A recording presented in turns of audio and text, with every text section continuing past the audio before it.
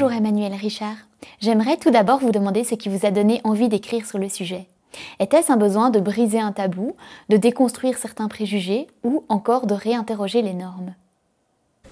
Bonjour Justine. En fait, le véritable point de départ de ce livre-là, en fait, c'est un petit peu toujours le même pour chacun de mes livres, c'est que c'est un livre que j'ai cherché à un moment donné dans ma vie, parce que ça m'aurait fait du bien de le lire pour voir comment faisaient les autres. Et puis en fait, il n'existait pas.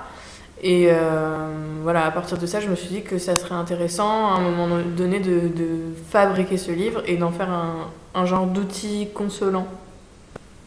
Dans votre texte, de multiples voix se font entendre, chacune possédant sa propre définition de l'abstinence. Quelle serait votre définition? Ma définition à moi de l'abstinence, c'est un état qui commence dès lors qu'il y a du manque ressenti et qui consiste en le fait d'avoir une libido, donc du désir, d'apprécier la sexualité partagée. Et ensuite, pour un tas de raisons envisageables, ça va pas être possible dans les conditions dont on aurait besoin ou que l'on souhaite pour avoir un rapport sexuel avec quelqu'un. Est-ce que, selon vous, la littérature est un espace où tout peut se raconter, dans une forme de sincérité totale, même les choses les plus intimes finalement?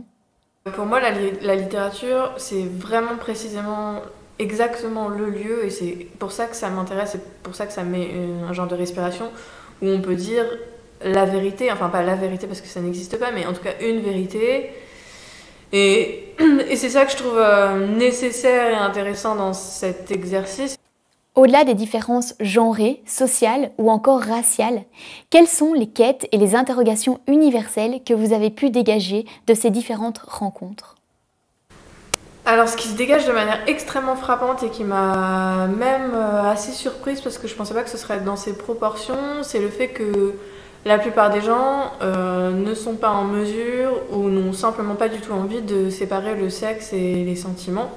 Et donc la plupart sont en réalité dans une quête de sens et préfèrent attendre d'avoir envie d'une personne que d'un simple rapport. Vous abordez la question des rôles de genre en matière de sexualité. Pouvez-vous nous dire en 2 mots ce que votre enquête a révélé à ce sujet?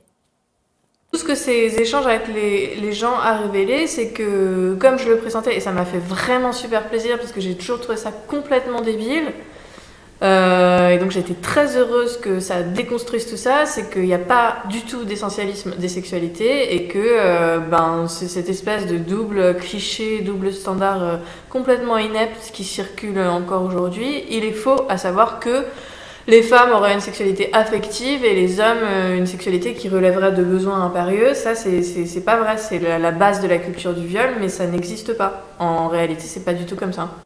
Je trouve que votre texte résonne en nous de façon particulière en cette période de plus ou moins grande solitude. Comment cette période de confinement ou de déconfinement progressif transforme-t-elle la sexualité des personnes célibataires et en couple selon vous? Je pense que ça va peut-être nous faire à tous prendre conscience de l'importance de l'étreinte au sens vaste. Et ensuite, peut-être que ça va faire prendre conscience à beaucoup de gens de la fragilité de la libido, qui est une chose qui va et qui vient, qui est donc une chose précieuse, et puis aussi combien est précieuse la sexualité partagée quand ça se passe bien avec quelqu'un.